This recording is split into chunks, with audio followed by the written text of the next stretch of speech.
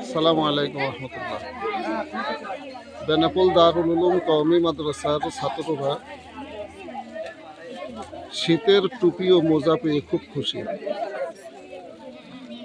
শীতের টুপি ও মোজা প্রদান করেছেন আস-সুন্নাহ ফাউন্ডেশন বাংলাদেশ।